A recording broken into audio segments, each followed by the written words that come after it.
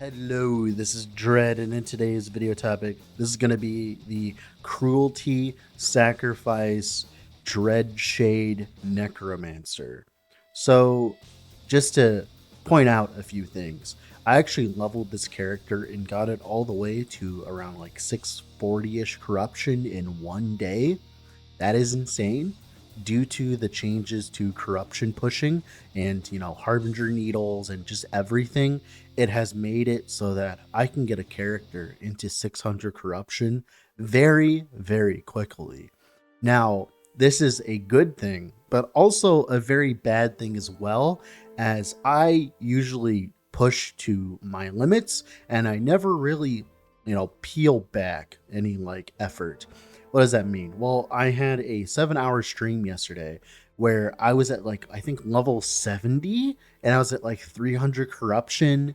And like, it took me forever to get to like level 90, like 3 right now. I'm in 600 corruption at level 93. Just to give you an idea, most characters, before this before all of these additions of corruption pushing would get to around like, let's say like 95, 97 in terms of levels before they get to this high corruption, meaning that, of course my character was a little bit weaker than it should have been when I got up to this high. And also as well, I had to re-gear this character like 3 times in a row.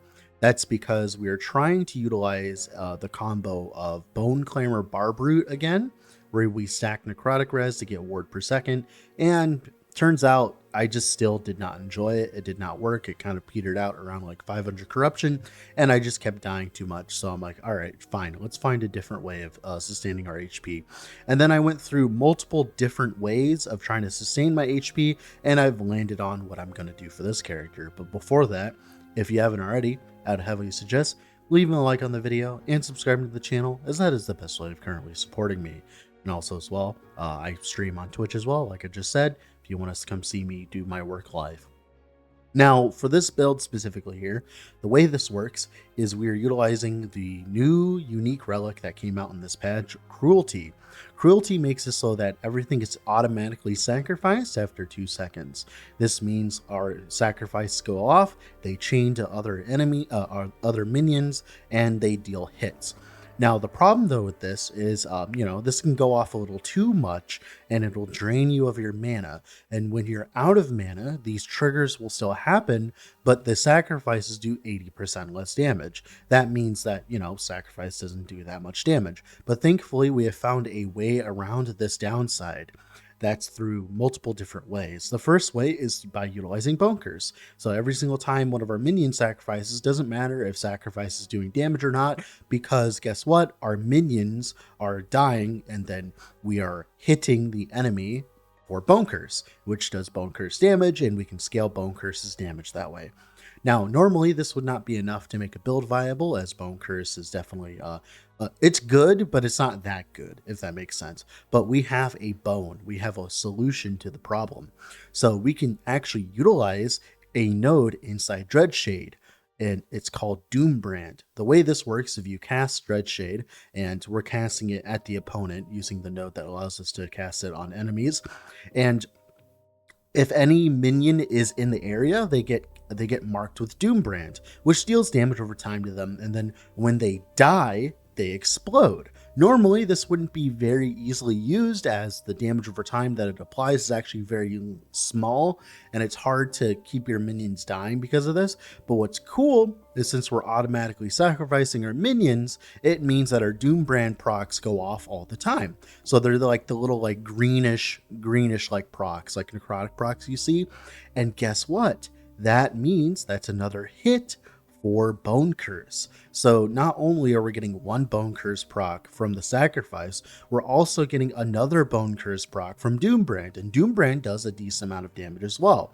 And then after that, what we do is we just spam as many minions as possible, utilizing Bone Curse's AoE, and we also utilize, Volatile Zombie with the double minion ring, and that gives us enough minions to cycle through. And thankfully, with enough mana regen, we can just simply sustain ourselves in terms of mana. Even though we go to negative mana, doesn't matter, because our sacrifices are not costing too much mana, and it just like we can essentially just run enough mana regen to always have enough mana to cast our spells, which was always the problem with this build that I thought beforehand. But it turns out it's not that big of a deal. But yeah, that's pretty much it for how the build functions overall. Now for defenses, after I tried the Bone Climber Barbrute setup, I tried a low life setup, and I believe that it is a functional way of playing the character, but I ended up actually landing on a null portent. It turns out with the massive amount of resistances you can get at the top of Necromancer, on top of getting the all resistance blessing from Reign of Dragons, this means we can run a null portent. And this is interesting because we can get 20% less damage taken.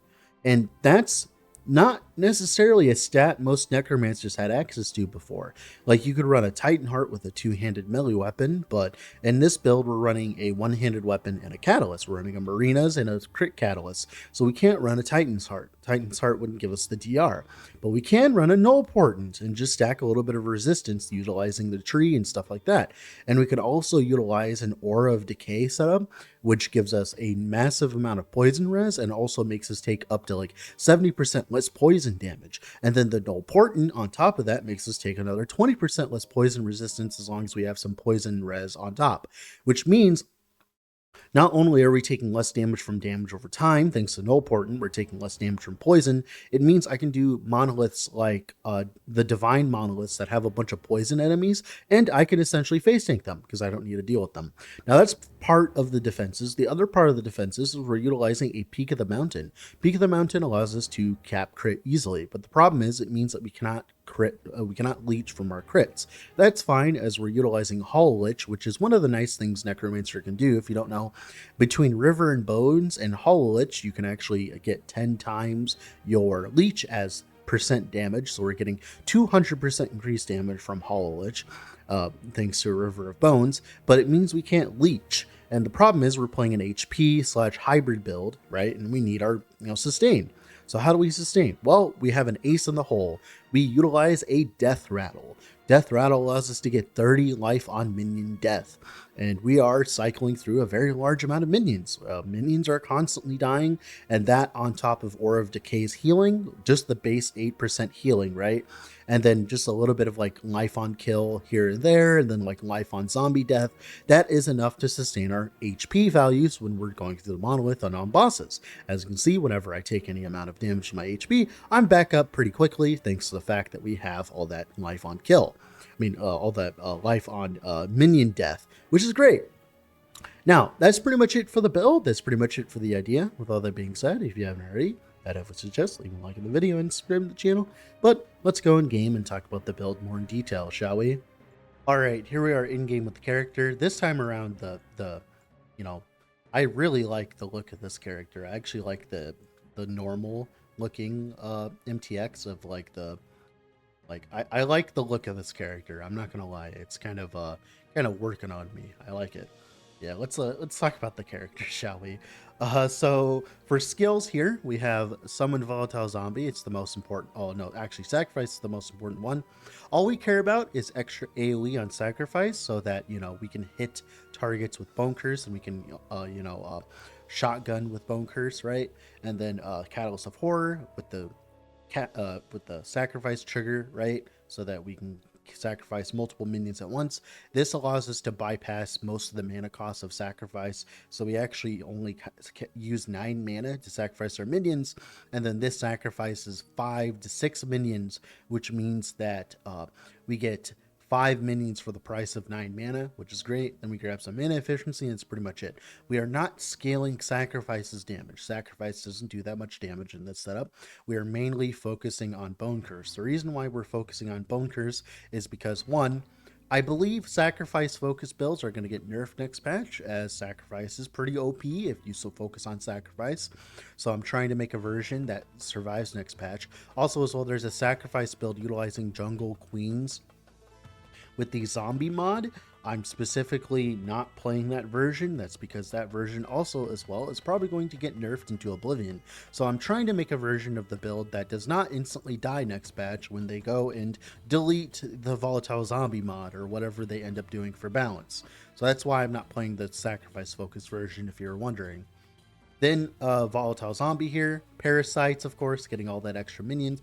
But you cast Summon Volatile Zombie on cooldown, get some cooldown on gear, it's great. We do actually go for Repulsive Vomit. This is interesting. The main reason why is because if we did not have Repulsive Vomit, what would happen is our minions would die. They would go and kill themselves before they get to actually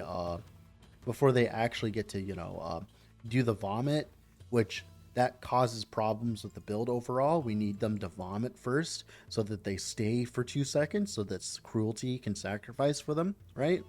And like just all the extra minion stuff, like the coal's pretty good. It's like pretty stereotypical Summon Volatile Zombie shenanigans.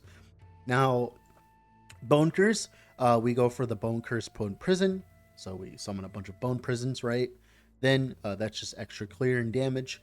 Then we grab one node into Armor Shred here. This allows us to get enough Armor Shred stacks to be viable.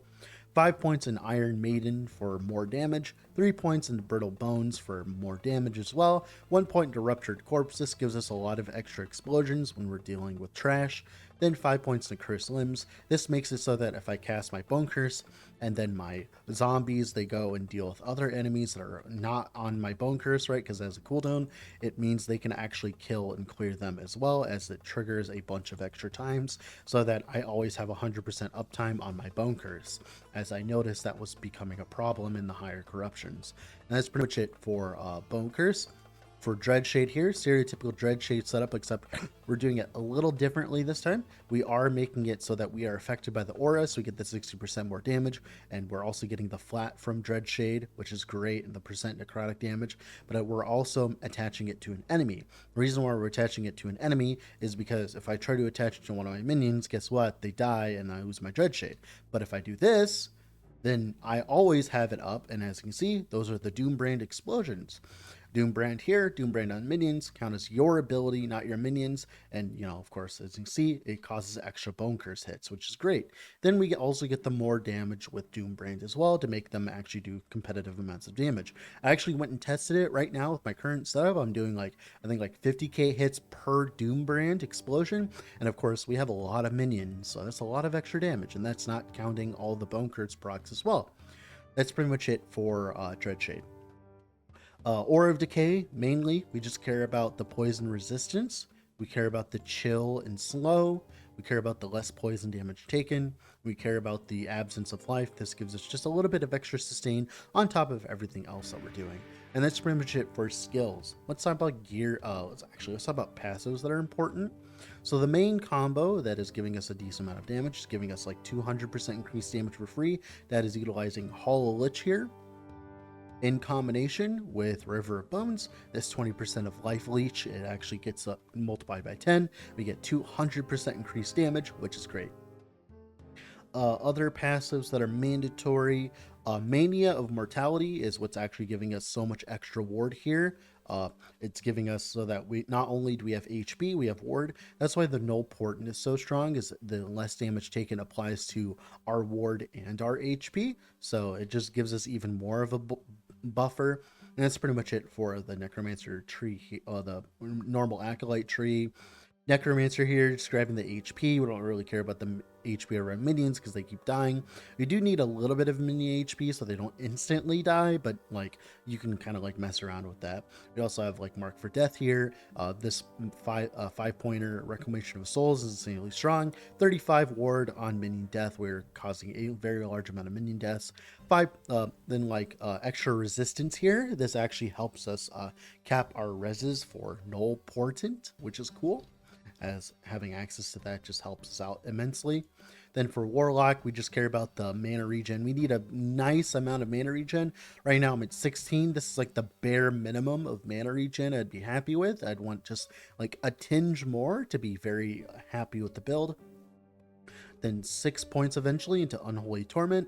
This just gives us flat damage for our Bone Curse procs. Like I said, that's most of our damage. Then 8 points into Harrowing Armor for the armor and HP as well. Then Lich is, like I said, just intelligence, mana regen, stuff like that. Eventually we're building up into the intelligence up here, because not only does that give us increased damage, it also gives us more ward retention, so we can retain more of our ward. And that's pretty much it for the passives. Let's talk about blessings here. Blessings. So for blessings, a little different this time. Crit multi here, of course, or you can run void res early on, as that helps you cap your void res and get it overcapped for null portent. Lightning res here to help us get it overcapped for null portent. All res here, we're running a reduced damage taken from crits on our helmet, which means we can go ahead and go for all res on the Reign of Dragons, then armor, and then we're good to go there.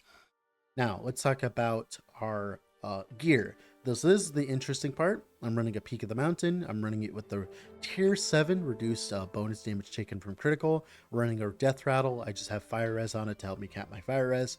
My Null Portent, I actually Nemesis did this, and I got a T6 HP. Any HP damage or whatever you can manage to muster on this would be good. The Physical Res helps us overcap on our Physical Res as well, which is cool. Then Marina's Lost Soul. It only took me 3 Marinas to hit this Marinas with the spell crit.